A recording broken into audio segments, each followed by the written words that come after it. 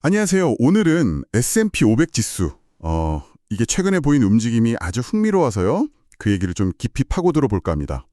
특히 9월에요. 네, 아시다시피 9월은 보통 주식시장에서 좀 힘든 달이잖아요. 그렇죠. 근데 이번에 완전히 달랐어요. 2010년 이후 처음으로 3% 이상 올랐다고 하네요. 네, 그게 참 주목할 만한 결과입니다. 왜냐면 지난 10년 데이터를 보면 S&P 500이 9월에는 평균적으로 한 2% 정도 하락했거든요. 아, 평균 2% 하락이요? 네, 그러니까 통계적으로 제일 약한 달인데 이런 반전이 일어난 거죠. 게다가 지금 뭐랄까 경제 상황을 보면 좀 불안한 요소들이 많잖아요. 관세 문제 같은 거요. 맞아요. 네, 그런 불확실성이 높은데도 이렇게 올랐다는 게 더 재밌는 부분인 것 같습니다. 그렇죠. 그 관세 문제만 해도 이게 간단치가 않은 게 미국 평균 수입 관세율이 거의 1940년대 이후 최고 수준이다.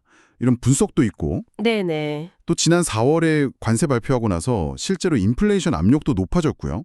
한 0.6%포인트 정도 물가가 더 올랐다는 계산도 있더라고요. 근데 아직 소비자들이 뭐랄까 큰 충격을 못 느끼는 이유 중 하나로 기업들이 그 늘어난 비용 부담의 상당 부분을 거의 한 60에서 70%이 정도를 그냥 안고 간다는 해석이 있더라고요. 맞습니다. 기업들이 그 비용 부담을 이제 안으면서 다른 쪽에서 좀 영향이 나타나는 것 같아요. 그게 바로 고용이죠. 아, 고용이요? 네.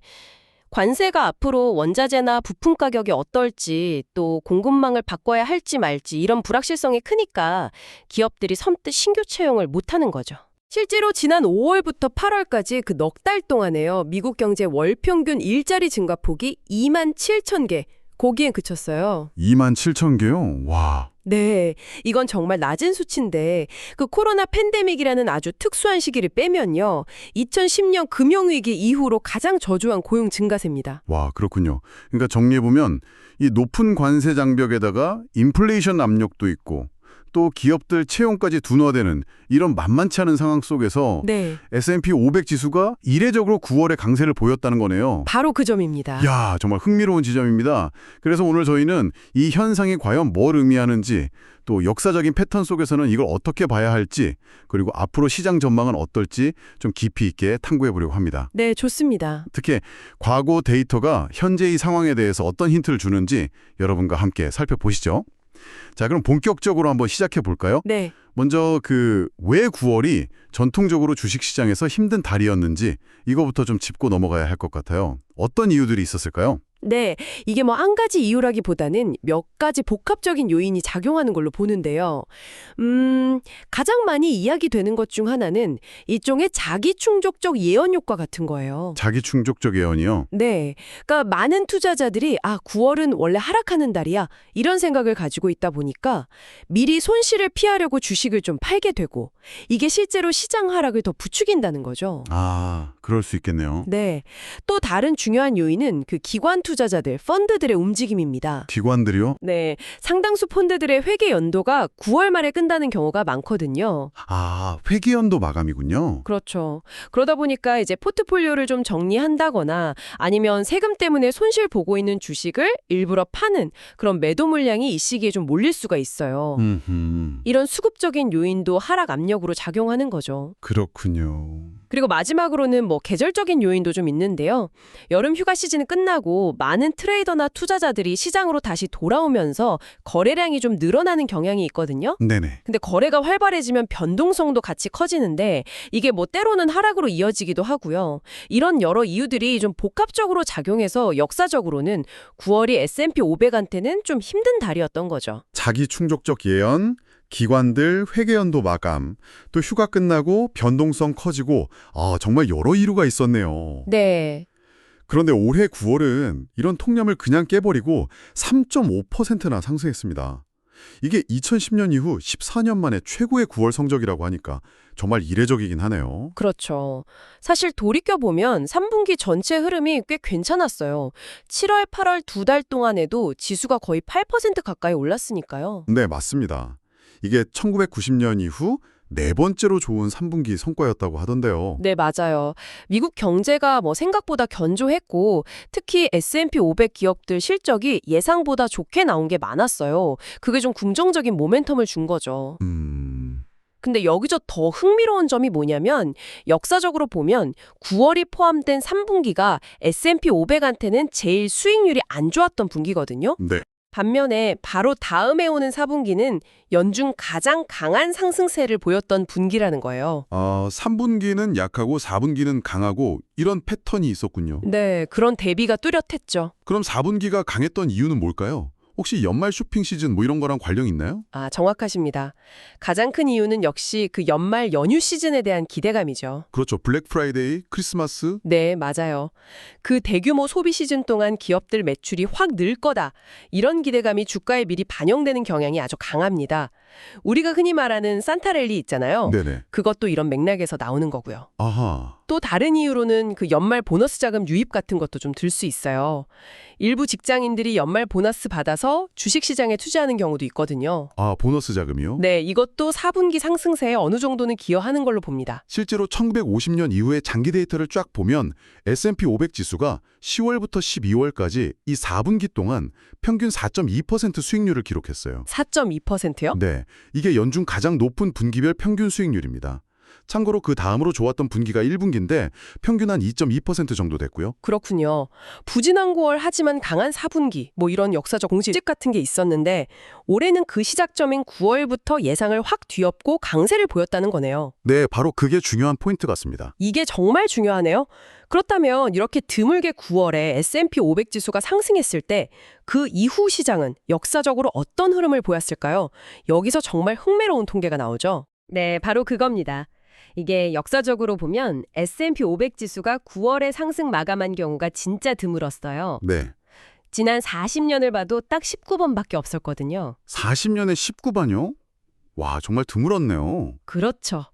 그런데 이렇게 어렵게 9월 상승장을 만들어낸 해에는 그 다음 1년 동안 시장이 어땠는지를 추적해보면 아주 놀라운 결과가 나옵니다. 그 다음 12개월 동안 S&P 500 지수의 평균 수익률이 무려 12%에 달했어요. 12%요? 와, 그건 정말 눈에 띄는 수치인데요.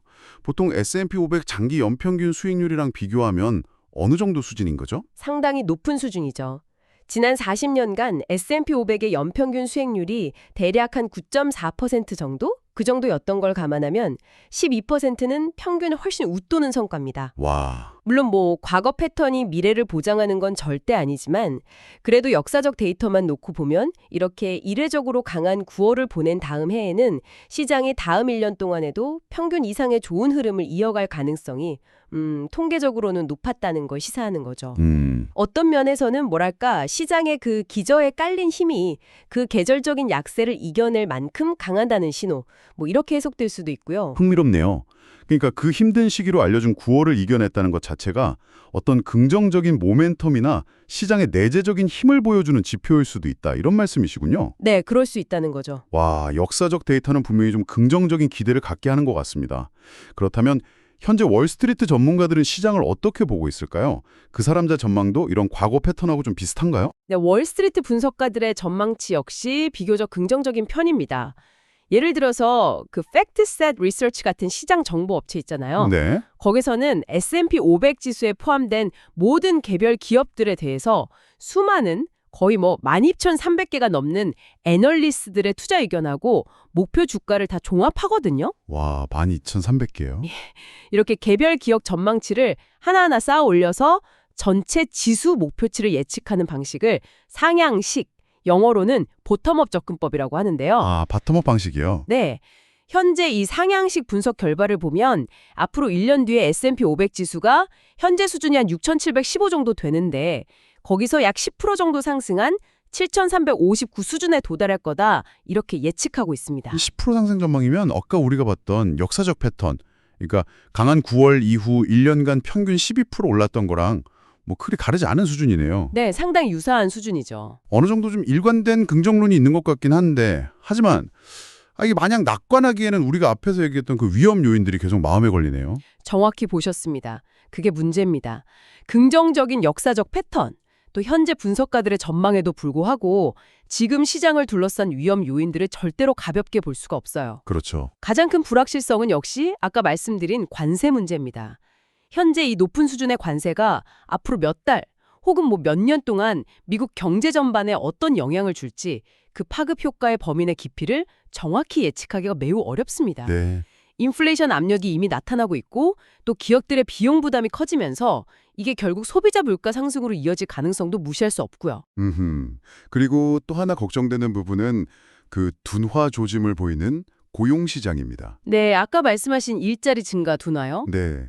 월 평균 일자리 증가 수가 그렇게 크게 줄었다는 건 이게 경제 활력이 떨어지고 있다는 중요한 신호일 수 있거든요. 그렇죠.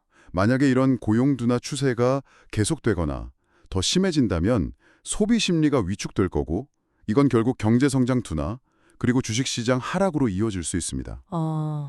즉 역사적 패턴이 괜찮을 거야 하고 긍정적인 신호를 보내고 있다 하더라도 현재 진행형인 그 관세, 인플레이션, 고용 둔화라는 실탄들은 언제든 시장의 발목을 잡을 수 있는 잠재적 위험인 거죠. 결국에는 과거 데이터는 이번에도 잘 될 거야 라고 좀 속삭이는 것 같은데 현재 경제 지표들은 조심해야 돼 이렇게 경고하는 약간의 좀 상반대 신호가 같이 있는 상황이다. 이렇게 볼 수 있겠네요. 네, 맞습니다.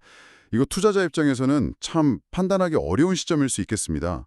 과거 패턴을 믿어야 할지, 현재 위험에 더 무게를 둬야 할지. 네, 바로 그 지점이 현재 시장을 이해하는 핵심이라고 생각합니다.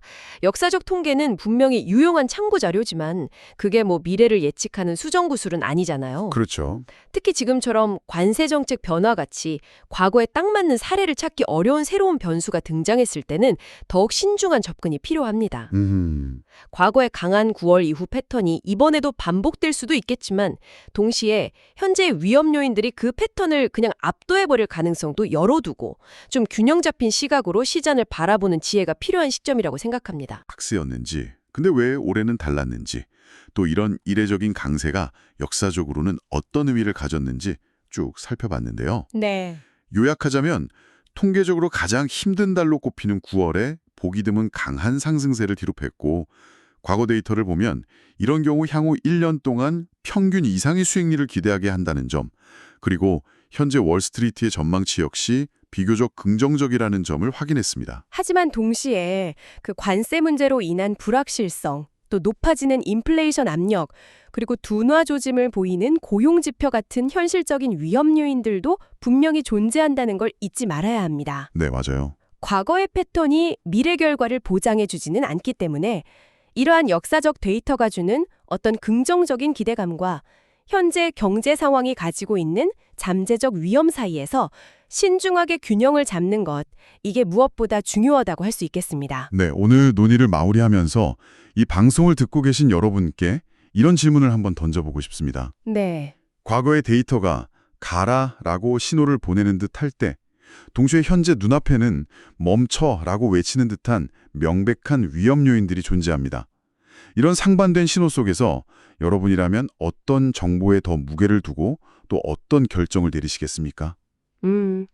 역사적 추세가 주는 희망과 현재의 불확실성이 주는 불안감, 이 둘 사이의 팽팽한 긴장감을 어떻게 해석하고 여러분의 투자나 의사결정에 현명하게 반영할 수 있을지 한번 깊이 고민해 보시는 것도 의미 있는 시간이 될 것 같습니다.